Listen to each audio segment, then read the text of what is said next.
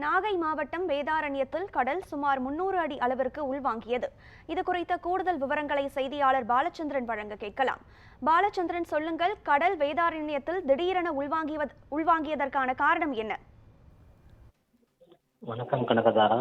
நாகை மாவட்டம் வேதாரண்யத்தில் கடல் நீர் இன்று காலை சுமார் 300 அடி தூரம் திடீரென உள்வாங்கியது. வடகிழக்கு பருவமழை தீவிரமடைந்து வரும் நிலையில் வங்கக்கடலில் குறைந்த காற்றழுத்த தாழ்வு நிலை உருவாகியுள்ளது. இதனால் வரும் 11ஆம் தேதி முதல் கனமழை பெய்யக்கூடும் என்று கடல் சீற்றமாக காணப்படும் என்றும் வானிலை மையம் அறிவித்துள்ளது.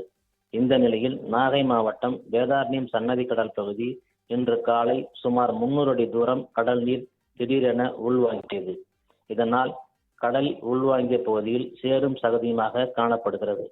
குறைந்த காற்றழுத்த தாழ்நிலை காரணமாக வருகிற 11ஆம் தேதி முதல் டெல்டா மாவட்டங்களில் கனமழை பெய்யக்கூடும் என வானிலை மையம் எச்சரித்து விடுத்துள்ள நிலையில் வேதாரண்யம் கடல் திடீரென்று உள்வாங்கியுள்ளது மீனவர்களிடையே அச்சத்தை ஏற்படுத்தியுள்ளது.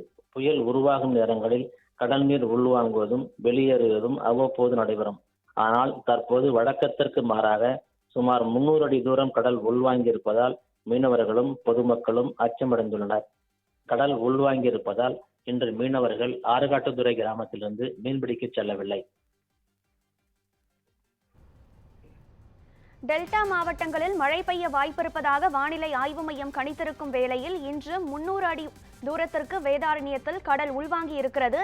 இது தொடர்பான விவரங்களை பதிவு செய்தமைக்கு நன்றி பாலச்சந்திரன்.